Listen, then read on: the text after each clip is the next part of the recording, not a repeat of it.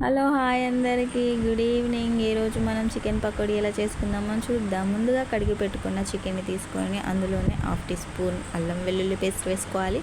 ఇప్పుడు అందులోనే 2 స్పూన్స్ బియ్యం పిండిని వేసుకోవాలి. మళ్ళీ 1 స్పూన్ బియ్యం పిండి. ఇప్పుడు అందులోనే మనం శనగపిండి వేసుకోవాలి 1 స్పూన్.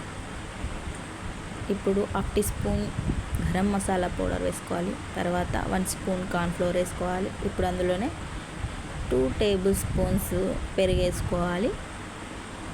పెరుగు వేసుకొని సరిపడా పసుపు, 1 స్పూన్ కారం, half teaspoon salt, half teaspoon వంట సోడా వేసుకొని ఇలా కలుపుకోవాలి.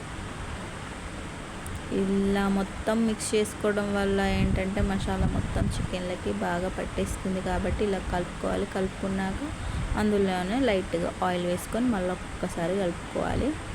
మొత్తం ఆయిల్ మొత్తం ఇలా ఒక్కసారి కలుపుకోవాలి. ఇప్పుడు అందులోనే లైట్గా ఫుడ్ కలర్ వేసుకోవాలి.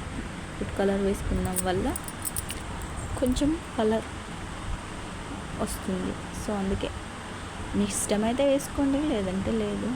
ఇది జస్ట్ ఆప్షనల్ మాత్రమే.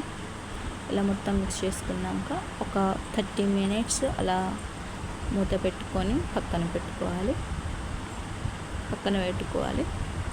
ఇప్పుడు 30 మినిట్స్ అయిపోయినాయి. ఇప్పుడు మూత తీసి చూద్దాము. ఇప్పుడు చికెన్ మొత్తం బాగా మసాలా పట్టేసింది చికెన్కి. ఇప్పుడు స్టవ్ ఆన్ చేసుకొని మనం ఇప్పుడు కడాయి పెట్టుకోవాలి. కడాయి పెట్టుకొని ఇప్పుడు అందులో సరిపడా అంతా ఆయిల్ వేసుకోవాలి. ఆయిల్ బాగా వేడయ్యే వరకు మనం చికెన్ని ఒకసారి కలుపుకుందాం. ఆయిల్ వేడైపోయింది. ఇప్పుడు ఒక్కొక్కటిగా లో ఫ్లేమ్లో వేసుకోవాలి. ఎందుకంటే హై ఫ్లేమ్లో పెడితే ఏమవుతుందంటే చికెన్ మొత్తము బాగా మాడిపోవటం, లేదంటే సరిగ్గా ఉడకకపోవడం. లోపల కూడా బాగా ఉడకాలి కాబట్టి మనం మీడియం ఫ్లేమ్లో పెట్టుకొని చేసుకుంటేనే చికెన్ కూడా బాగా ఉడికి మంచి కలర్ వస్తాయి. సో చూడండి ఎలా అవుతున్నాయో, చూసారు కదా. ఇలా అయినాక అప్పుడు మనం గరిట పట్టుకొని ఇలా తిప్పుకోవాలి. ఒక్కొక్కటిగా ఇలా తిప్పుకొని బాగా కాల్చుకోవాలి. ఇలా కాల్చుకోవడం వల్ల మెల్లమెల్లగా కాల్చుకోవాలి. ఇలా కాల్చుకోవడం వల్ల ఏమవుతుందంటే లోపల కూడా చాలా మంచిగా ఉడికిపోతాయి. ఉడికిపోయిన తర్వాత అది తింటే కూడా మనకి మంచిగా అనిపిస్తుంది.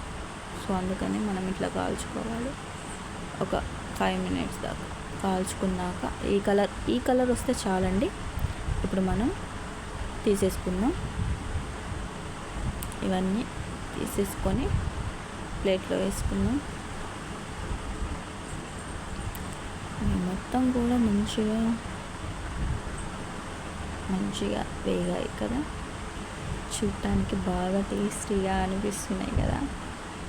ఇప్పుడు అందులోనే మనం ఒక 4 పచ్చిమిరపకాయలు తీసుకోవాలి.